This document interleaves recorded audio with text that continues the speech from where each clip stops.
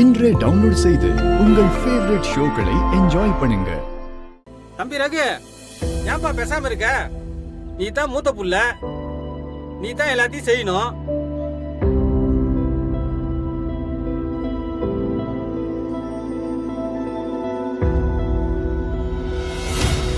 இல்ல, அந்த அருகதை உனக்கு இல்லடா. அம்மா என்னம்மா பேசுறீங்க? இது சண்டை போடுற நேரமாம்மா? நான் ஒரு புள்ளம்மா, நான் தான் அவருக்கு கொள்ளி வைக்கணும். யாருடா அவர் புள்ள? யார் அவர் புள்ள? இவர் ரத்தத்துல நீ பிறந்துட்டா நீ இவருக்கு புள்ளை ஆயிடுவியா? ஒரு புள்ளைய அவருக்கு செய்ய வேண்டிய கடமையை நீ செஞ்சிருக்கியா? பெத்த தகப்பன் தடுமாறும் போது தோள் கொடுத்து நிக்கிறவன் தான்டா உண்மையான புள்ள. ஆனா காலத்துக்கும் நீ அவருக்கு சுமைய தானே கொடுத்திருக்க. நீ என்னடா செஞ்சிருக்க? புள்ளைய பெத்த ஒரு தகப்பன் எப்படிடா இருக்கணும்? எவ்வளவு நிம்மதியா வாழ்ந்திருக்க வேண்டியவர். இவர் வாழ்க்கையில நிம்மதியா இருந்தாரடா? இந்த குடும்பத்துக்காக கடைசி மூச்சு வரைக்கும் இவர் உழைச்சுக்கிட்டே தான் இருந்தாரு.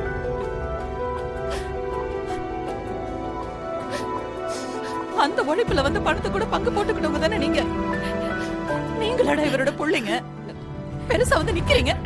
டேய், நீ கொல்லி வச்சனா அவரோட ஆத்மா சாந்தி அடையாதுடா.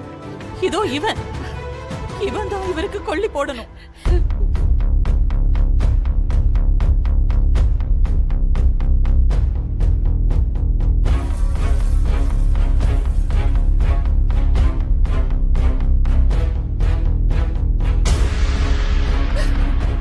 இவன் தான் இந்த வீட்டோட மூத்த புள்ள.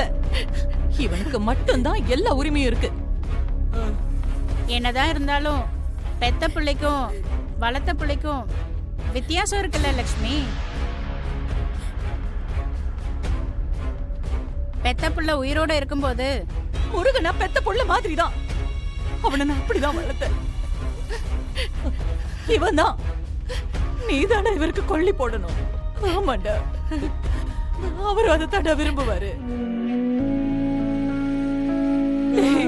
பாரு முருகா, உங்க அப்பாவை பாருடா.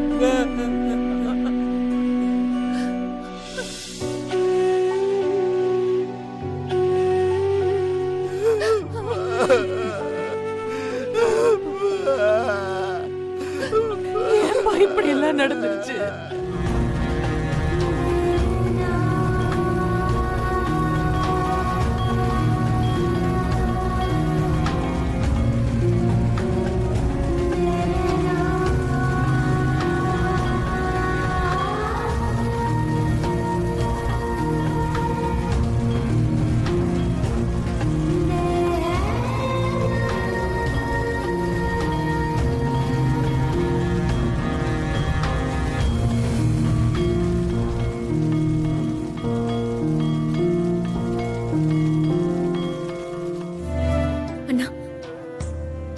என்ன நடந்துச்சு?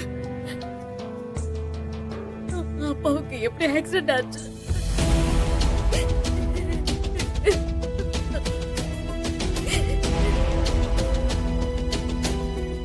சொல்லுண்ணா, சொல்லு, என்ன நடந்துச்சு?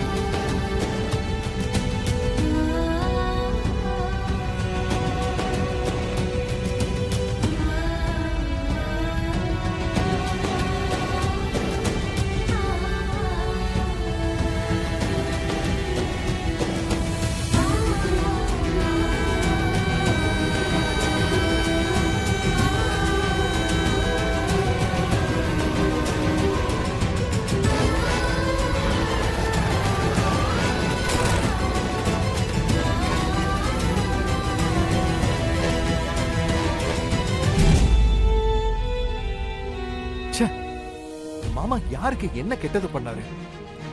அவரை இப்படி கொலை பண்ண பாத்திருக்கானுங்களே. அவனெல்லாம் நல்லா இருப்பானுங்களா? யாரா இருந்தாலும் சும்மா விடக்கூடாது. இந்த பிரச்சனையை யார் சும்மா விட்டாலும் நான் விட மாட்டேன்.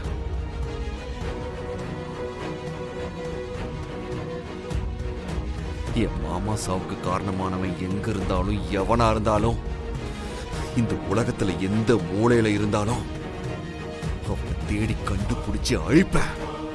இது மாமா மேல சத்தியம்.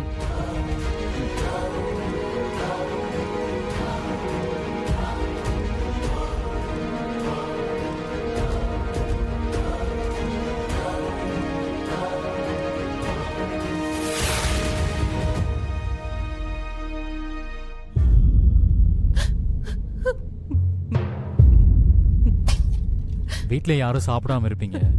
அப்பா சாப்பாடு கொடுத்து விட சொன்னாரு. நீ வெற்றி அண்ணா. கூட இருந்த எல்லாத்தையும் பார்த்துக்கோடா. சரிங்கண்ணா. நான் வரேங்க.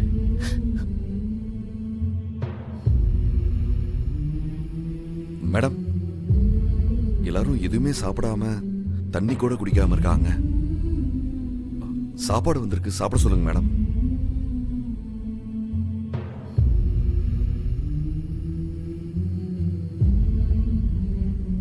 அஞ்சலி, நீயும் சாப்பிடு.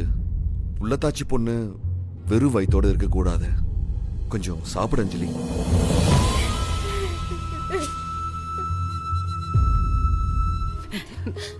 வாங்கிக்கோ, ஒரு வாயாவது சாப்பிடுமா. முடியாதுப்பா, சாப்பிட முடியாது. வேணாம்மா.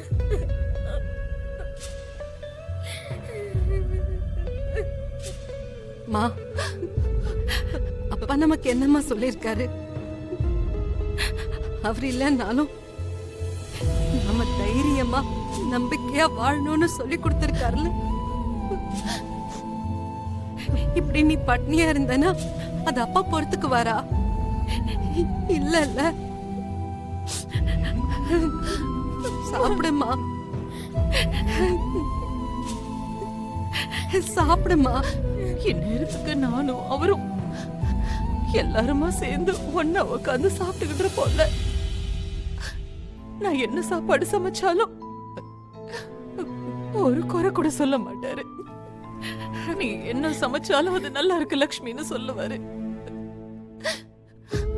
சாப்பாட்டுல மட்டும் இல்ல, அவர் வாழ்ந்த வாழ்க்கையிலயும் யார பத்தியும் எந்த ஒரு குறையுமே சொல்லாம வாழ்ந்த மனுஷன் இவரு. கடவுளே, அவர் இப்போ இல்லைன்னு நினைக்கும் போது எனக்கு தாங்க முடியல. எனக்கு இதெல்லாம் இப்ப கூட நம்பவே முடியல. இவர் எங்கேயோ வேலையா போயிருக்காரு, சீக்கிரமா திரும்பி வந்துருவாருன்னு தான் என்னோட மனசு சொல்லிக்கிட்டே இருக்கு. எங்க வந்துருவீங்கல்லங்க, வருவீங்களாங்க? வாங்க, வந்துருங்க. அழாதம்மா.